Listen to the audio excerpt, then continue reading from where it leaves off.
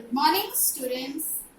हम लोग ने पिछले लेक्चर में महाकवि भूषण जी की रचना शिव शौर्य का अध्ययन प्रारंभ किया था। हम लोग ने 2 पद पढ़ा था बच्चों। आज हम लोग तीसरे पद का अध्ययन करेंगे। शुरू करने से पहले हम कठिन शब्दों का अर्थ आप लोग को बतला दें। उसको देखिए। कमान, कमान मतलब धनुष। कोकबाण मतलब एक प्रकार का बाण जिससे चलाते समय विशेष शब्द निकलता है। मूर्छानहु मतलब मोर्चा। दावा बांधी यानी गर्जना करके।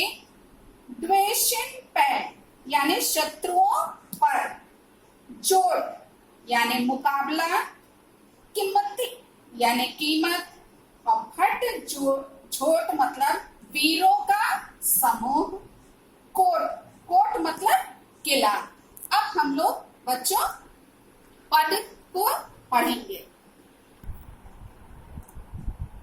छूटत कमान बाण बंदूकरो कोक बाण।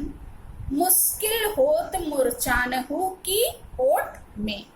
बच्चों इस पद में, इन पंक्तियों में कवि भूषण जो है वो कहते हैं कि शिवाजी की जो सेना है के सामने जो है शत्रु सेना जो है बिल्कुल कमजोर दिखाई देती है। और युद्ध का इसमें बहुत सुंदर वर्णन इन्होंने किया है, ओजपूर्ण वर्णन इन्होंने किया है। इसमें ये बता रहे हैं कि छूटत कमान बाण बंदूकरो। अभी हम लोग ने देखा कमान मतलब धनुष। इसमें शत्रुओं की ओर से जो भयंकर धनुष बाणों, कमान मतलब धनुष और बाण मतलब बाण, तो शत्रुओं की ओर से भयंकर जो है धनुष बाणों और बंदूकरो यानी बंदूकों और कोक बाण यानी कोकबाण नामक, अभी हमने शब्दार्थ में बताया कि भयंकर शब्द करने वाला जो है बाण, उसकी निरंतर क्या हो रही थी? बौछारें, भीषण बौछारें हो रही थी। और जिसके कारण मूर्छानहु यानी मोर्चे की ओट से भी अपनी रक्षा करना मुश्किल हो रहा था। मतलब शत्रु सेना को आड़ जो में ओट में थी वो फिर भी वो उसका सामना नहीं कर पा रही थी।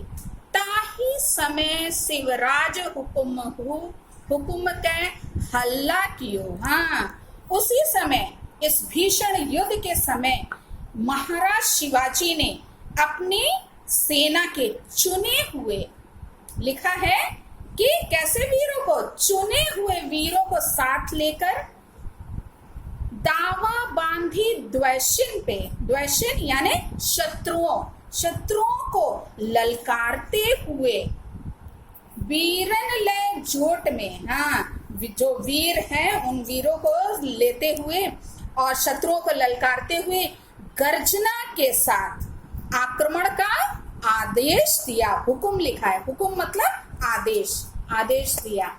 भूषण भनत तेरी हिम्मती कहाँ लो। यहाँ कवि भूषण कह रहे हैं, आगे कहते हैं कि हे महाराज शिवाजी, तेरी उस हिम्मत का मैं कहाँ तक वर्णन करूं। यानी कि उनमें हिम्मत जो है कूट कूट कर भरी हुई थी, जिसकी लिखा है कीमती यहाँ लागी है जाटी भट जोड़ से।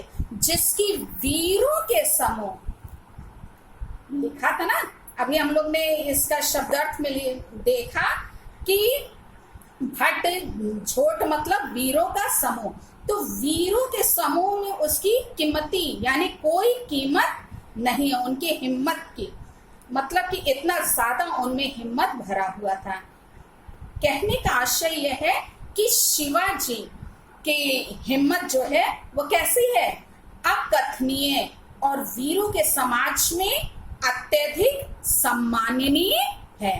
ताव दे दे मूछन कंगूरन पे पांव दे दे, घाव दे दे अरी मुख कूदी पड़े कोट में।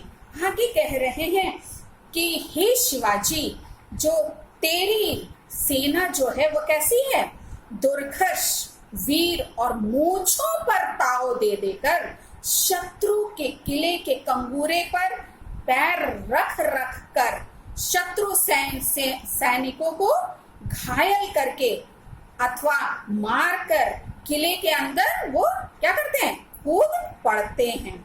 यहाँ पे बच्चों उस युद्ध का वर्णन है जब क्या है, वीर जो है, शिवाजी की वीर सेना जो है शिवाजी के नेतृत्व में युद्ध के लिए आगे की ओर बढ़ रही है और शत्रु सेना किस प्रकार से पराजित हो रही है उसका बहुत सुंदर इन्होंने यहाँ पे वर्णन किया है। इसमें बच्चों आप लोग काव्यगत सौंदर्य लिखिएगा कि भूषण ने स्वयं युद्धों को अपनी आंखों से साक्षात रूप से देखा था, इसलिए वे युद्ध का ऐसा सुंदर ओजपूर्ण और स्वाभाविक वर्णन करने में सफल हुए हैं। इसमें बच्चों रस आप लोग वीर रस लिखेगा। भाषा आप सब जान रहे हैं, ब्रज भाषा का इन्होंने प्रयोग किया है और मनहरण कवित्व छंद है, छंद लिखेगा। और अलंकार में बच्चों आप लोग लिखिएगा अनुप्रास और पुनरुक्ति प्रकाश। तो इसमें बच्चों कुछ क्वेश्चन छोटे छोटे बन सकते हैं, जैसे शत्रुओं के लिए क्या मुश्किल हो रहा था, ठीक है। तो शत्रुओं के लिए शिवाजी की सेना का है उस मोर्चे की ओट में भी अपनी रक्षा कर पाना क्या हो रहा था, मुश्किल हो रहा था।